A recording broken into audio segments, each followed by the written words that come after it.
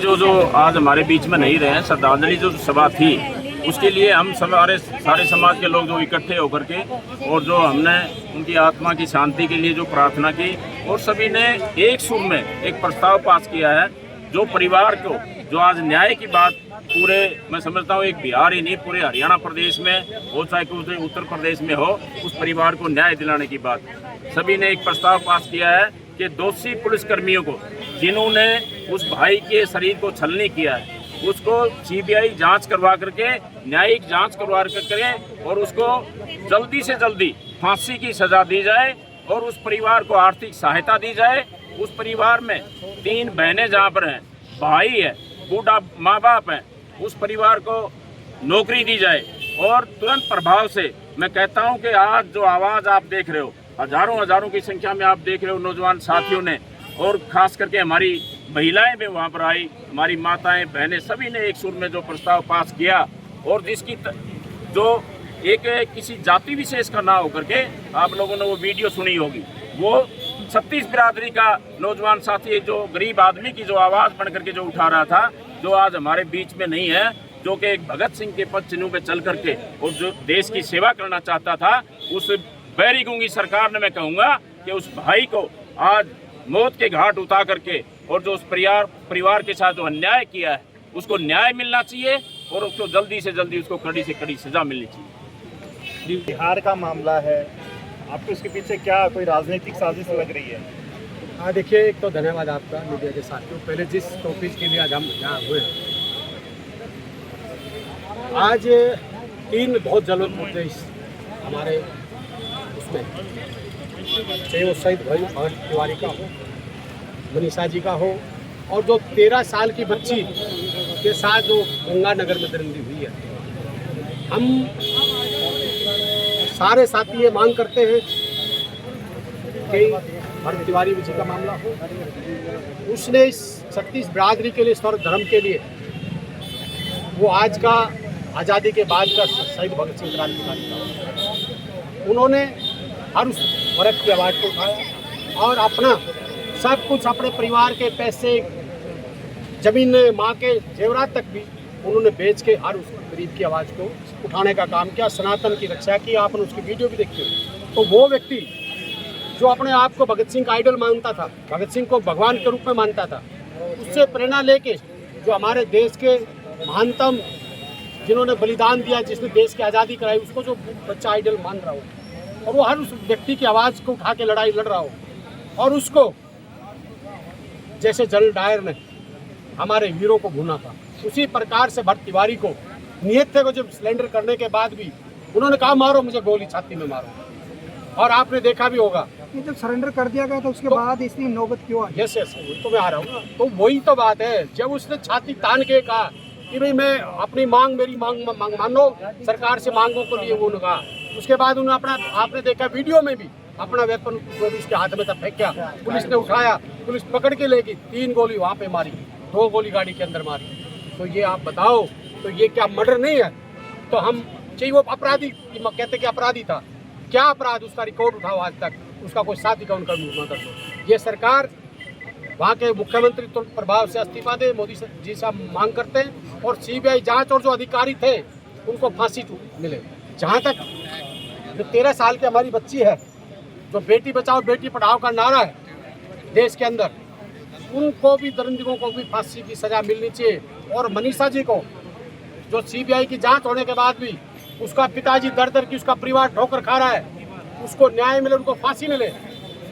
तो हमारी ये मांग है। जहाँ तक हमारे साथी ने सवाल किया कि बिहार में मारा गया, यहाँ क्यों, मैं आपको कहना चाहता हूँ, खासकर ये समाज को टारगेट कर रहे हैं और ब्राह्मण समाज को, खासकर ये बीजेपी के लोग जो कहते हैं हम ब्राह्मण समाज के हितैषी हैं, करीबन हर जगह आप देखिए समाज को टारगेट करते हैं। कहीं हरियाणा के अंदर किसी जाट समाज को टारगेट करते, किसी और समाज को टारगेट करते, और हरियाणा की नहीं पूरे देश में अगर किसी के साथ कोई ऐसा अन्याय होगा तो कुलदीप वहाँ हर जगह खड़ा मिलेगा। और मैं प्रेरणा लेता हूँ भगत तिवारी के इस शहीद होने से कि हर उस व्यक्ति की आवाज़ मजबूती से उठाएंगे। वो लड़का ईमानदार था, मेहनती था, संघर्षशील था। आज पत्रकारों की आज़ादी छीनी जा रही है, कोई भ्रष्टाचार के खिलाफ बोलता है उसकी आज़ादी छीनी जा रही सरकार है। के काफी जो कदावर नेताओं ने टिप्पणी की है कि भरत तिवारी एक जो अपराधी था, इस प्रकार की टिप्पणी इस प्रकार देखिए, की जिन्होंने सरेंडर कर दिया, फिर उसके बाद ये देखिए जो समाज के दुश्मन है ये लोग, जो इस पद के ऊपर बैठ के जो ब्राह्मण समाज के अपने आप को नहीं कहता मठाधीश थे, प्रदेश अध्यक्ष तक रहे, और मैं कड़े शब्दों में निंदा करता हूँ, और ऐसे व्यक्ति कभी समाज के हितैषी नहीं हो सकते। और उसी व्यक्ति ने जब मैं 12 मांगों को लेके ब्राह्मण समाज की नहीं थी, वो 12 बिरादरियों की थी, ढोली का माल के नाक, मुंडेदार, मुकरीदार, मुकरेदार, उस टाइम में जब ज्ञापन दे रहा था 88 लोगों ने मेरा ज्ञापन दिया था विधानसभा में, 2 व्यक्ति थे जिन्होंने ज्ञापन दिया। तो ये समाज के दुश्मन है ऐसे लोग, और शर्म आनी चाहिए। अगर आप कैसे कहते हो अपराधी था, अपराध तो हमें पता है किस किस के कैसे कैसे अपराध है, जिधर हमारा हम बोलेंगे समाज बोलेगा, समाज बहुत बड़ी ताकत है। हरियाणा में प्रदेश में काफी क्राइम बढ़ रहा है। चरम पे है। देखिए हरियाणा में बहुत, ऑफिस तक गोली- देखिए ना, हमें विधायकों की बात नहीं है, आज हमें सबसे ज्यादा चिंता है आम व्यक्ति की चिंता है, गरीब की चिंता है, मजदूर की चिंता है।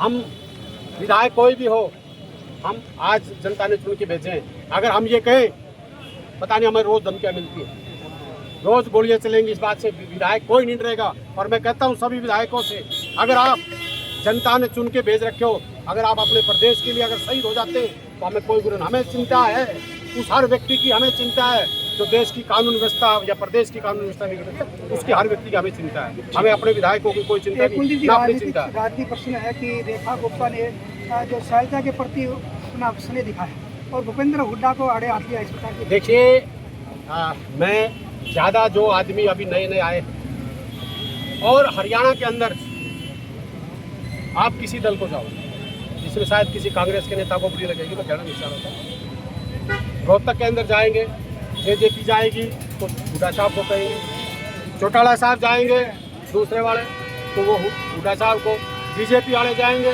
वो हुड्डा साहब को, और भाई कोई कहता कांग्रेस का भी वो हुड्डा साहब को। इस बात से साबित होता है कि भूपेंद्र सिंह हुड्डा में बहुत दम है। वो भी 10 साल उन्होंने प्रदेश की सेवा की है, तो वो दमदार नेता है। और भूपेंद्र सिंह हुड्डा की जहाँ मैं बात करूँ, भूपेंद्र सिंह हुड्डा ने कभी बदला बदली की राजनीति की। शैलजा हमारी बहन है, शैलजा भी हमारी शीर्ष नेतृत्व है, हमारे भूपेंद्र सिंह हुड्डा भी, हम सारे एक हैं। और एक होके कांग्रेस को मजबूत करने के लिए सबने कमर कस ली और कांग्रेस को मजबूत करने का काम। आज का जो कार्यक्रम था वो कार्यक्रम था भरत तिवारी की श्रद्धांजलि का था। इस भरत तिवारी की जो श्रद्धांजलि थी वो एक आज़ादी के बाद पहले जो क्रांतिकारी थे, पहले शहीद थे, उसके ऊपर रखी गई थी। और आज जो हमारे आए हुए थे विधायक श्री कुलदीप वत्स जी और भिवानी से जो विधायक जी हमारे राजवीर फरटिया जी, ये मुख्य रूप से यहाँ इस श्रद्धांजलि सभा में श्रद्धा सुमन अर्पित करने के लिए उपस्थित हुए। और मैं मीडिया के माध्यम से ये कहना चाहता हूँ कि जितनी भी हमारी देश के अंदर ये अव्यवस्था है, उस अव्यवस्था को इस सरकार ने बेहाल कर रखा है। कहीं बहन मनीषा की लगा लो, बहन मनीषा का जो प्रकरण है CBI तक होली, कोर्ट तक होली, सब कुछ हो लिया, उसके बाद भी उन्होंने कोई कुछ नहीं किया। अब मैं भरत तिवारी जी की फास्ट ट्रैक कोर्ट है उसकी मांग करता हूँ, और जो जिन लोगों ने उसका मर्डर किया पुलिस वालों ने, उनको फांसी की सजा दी जाए।